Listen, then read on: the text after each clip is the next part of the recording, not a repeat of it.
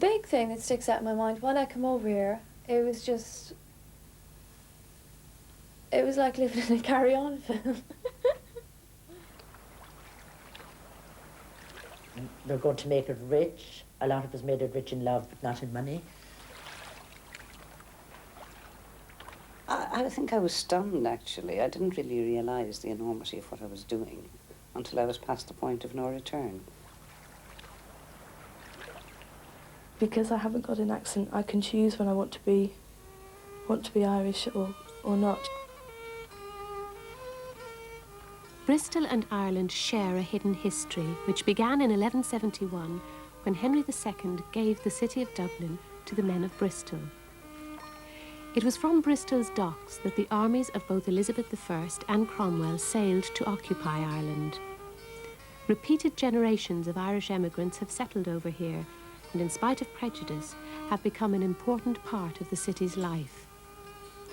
Irish people now make up 1/10 of Bristol's population, but though a strong community, are still largely unacknowledged here across the water.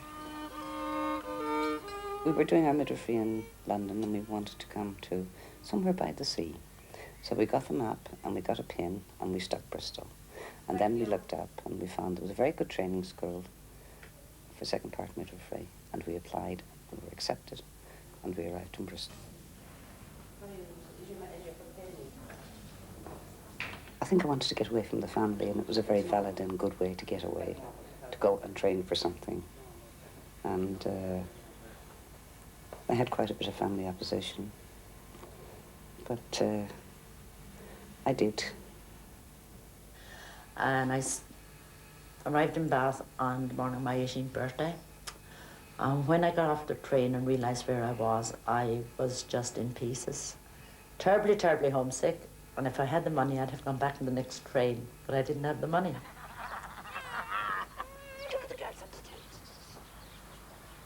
And I thought, what's my mum and dad done to me to send me all the way to England, even though it was my own choice to come?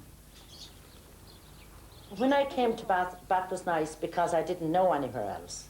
But once I got a taste of Bristol, I loved Bristol.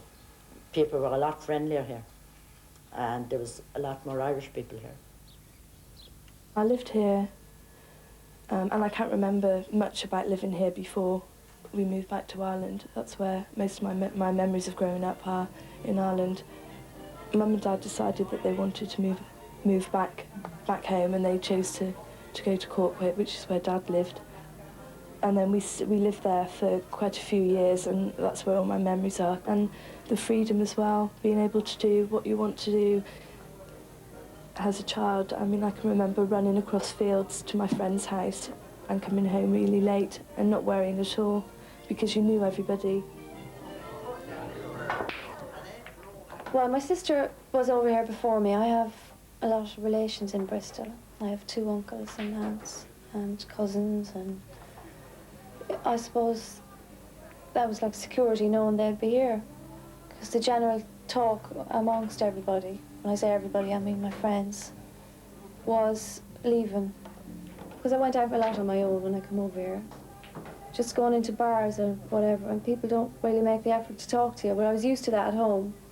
Well, still everybody knows Irish people are meant to be really friendly, so it just took a while to get in with the people. But once you get in with them, that's it.